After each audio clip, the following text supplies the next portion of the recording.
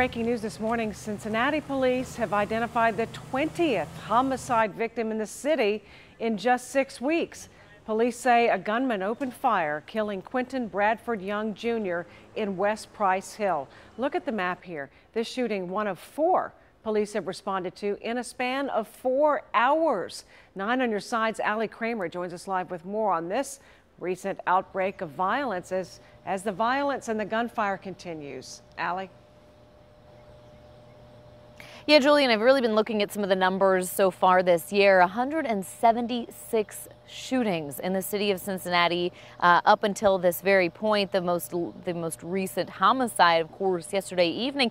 And the victim in this case, Quentin Young, his aunt tells us that he was shot a couple of weeks ago in the back. Of course, he survived that one, but not so lucky last night. And that's when his family was gathering there in the apartment parking lot right there in West Price Hill. This is off of Gilsey Avenue just after 8 o'clock. But you know, like we've seen so many times before, this is a populated area and innocent bystanders become witnesses, sometimes very important for police.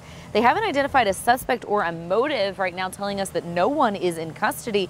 But while police were investigating that 20th homicide of the summer, District 5 officers were actually working a shooting, District 3 officers, excuse me, were working a shooting over there in Sedamsville. And that happened around 7:30. Police say the victim is recovering from minor injuries. Same situation, no suspects or arrests. And by about 9:30, officers, they were working a shooting on Saranac Avenue in College Hill. There, they found a 17-year-old man with at least 1 gunshot wound. Police say he's lucky to be alive and is expected to be okay.